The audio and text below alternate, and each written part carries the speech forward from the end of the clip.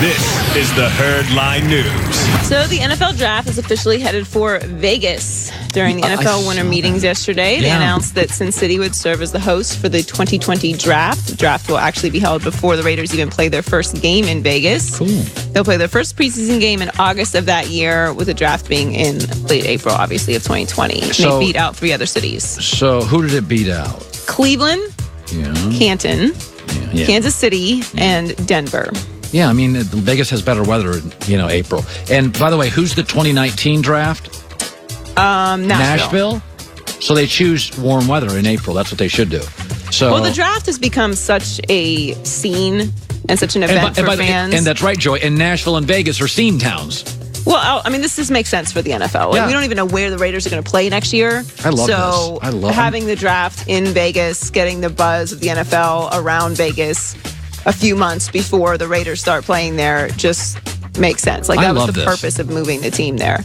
I actually like it too. I think that I've been saying forever, I think that they should just build a stadium there and have the Super Bowl there every year. Yeah, I don't disagree. We have Mardi Gras in the same city every year. We have the Oscars and the Emmys in the same year. They drop the ball in New York every year. Why do I have to move Super Bowls and drafts around? Well, I think the concept of it would be, drafts you can really have wherever, but the Super Bowl, I think the concept would be, fair competition. And obviously now with a team being there, you can't do that. But having it's going to be an unbelievable facility. Whatever they build in Vegas is top notch because they print money there. Having lived in Vegas for a long time, it is a great NFL city. People love, because of the gambling. People It's a great love. Sports city, yeah. Honolulu and Vegas are the television numbers for the NFL for Hawaii, where, by the way, the games start at like 6 in the morning, and Vegas are the highest rated cities in the country that don't have an NFL team. Well, I think that the NHL moving there was proof that they do have local support. Oh, yeah. And what all these casinos are going to do is buy huge packages, give them away to people. That place is always going to be full. It's going to be an event every single week. So Carson Wentz has apparently been dealing with back issues and underwent several tests this week. And Adam Schefter reports that Wentz has been diagnosed with a fractured vertebrae.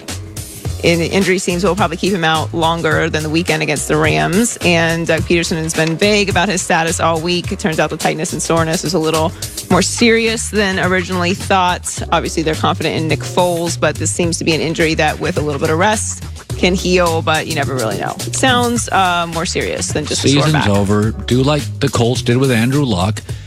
Go to the draft and get a tackle. Your running backs will be healthy. Get another speed receiver. You're going to be fine. Your secondary, actually, you have some players I like. They'll get healthy. It's just Colts had a lost season, and look at the Colts now. Luck's having his best year. Just let him go and take long naps and go to spa treatments and have a good next 6 months and get healthy.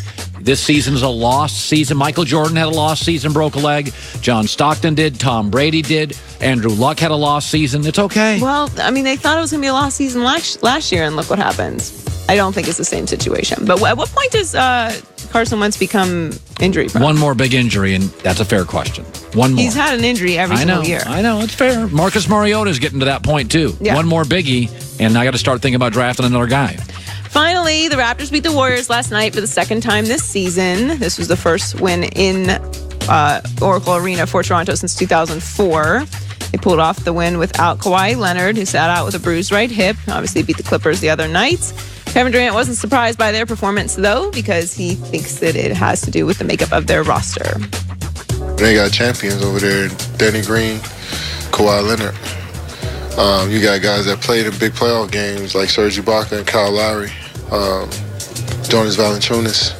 You got young players. They got a great mix of veterans and young players. They got a new coach, but the leaders of that team have been through some wars, so I wouldn't call them a young team, or I won't say them beating us 2 times is going to give them extra confidence. They've been balling before that, and they're going to be balling after they beat us. So, I mean, they're not an up-and-coming team. They're here. Yeah. I know you don't believe. I'm going to get a We the North shirt. I'm all in. We the North. I'm telling you, the last couple years, I've been 100% with you. I did not believe in the Raptors. I thought they were a great regular season team. They've folded in the playoffs. And what they changed? Did not have one thing that changed is LeBron James is not in the East anymore. Yes, that's a big factor. So we know LeBron has owned the baby dinosaurs. He was their meteor. He killed the dinosaurs. Yes, he did. He wiped them out. Okay, that is without question. But they are a different team this year. They have a new direction. They play fast. They have pieces that are playing. I mean, Ibaka's playing amazing. Siakam, like there are just good a players bunch in of that team. guys. It doesn't matter. Look at how they're playing, and they weren't even playing with Kawhi Leonard, and they're 16-6 with Kawhi Leonard. It's not like they're losing with Kawhi in. Danny Green, I'm telling you. Danny Green, you just sold me. No, but I was on the fence. But he's a champion. Like, he knows how to win. Well, I don't even know what that means. They're going to the NBA Finals. Do you want to make a bet right now? No, I don't bet. I don't believe in wagering. Blazing 5. The Blazing 5 is tomorrow. All right. Joey with the news. Well, that's the news. And thanks for stopping by. The Herd Lie News. John just said it in my ear. John said, Colin, you don't want to bet the Raptors because then you'd have to watch the Raptors.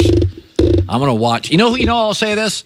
Celtics are starting to play. I watched the Celtics a couple nights ago. Boston's starting to figure it out. No, they are. They are. And I was with you. I picked the Celtics to make it to the finals at the beginning of the year, but I don't know now. They're starting to figure it out. Celtics starting to play really well. They are, but I'm starting to be convinced about the Raptors. All right, there were 5 narratives that everybody said were going to happen in the NFL. 4, excuse me, and none are true. How the league has changed in the last month. That's coming up in Best for Last. For all that holiday online shopping you're doing, here are some basic cyber safety guidelines. Don't shop from sites that don't have the SSL encryption. It's got to start with HTTPS. All right? I know that doesn't, you're thinking, that's what I don't get. Yeah. They can take your social security number, your Visa number, account numbers. When you're looking for all those deals online this holiday season, cyber criminals are looking for you. They want your personal info. That's where LifeLock Identity Theft Protection and the power of Norton Security are here to protect you against those threats. You're not going to prevent them all or monitor all of them. But they'll find threats like malware that you wouldn't otherwise spot. And it's real easy, and it'll get you 15% off if you either call 1-800-LifeLock and use the promo code HERD, or go to LifeLock.com and use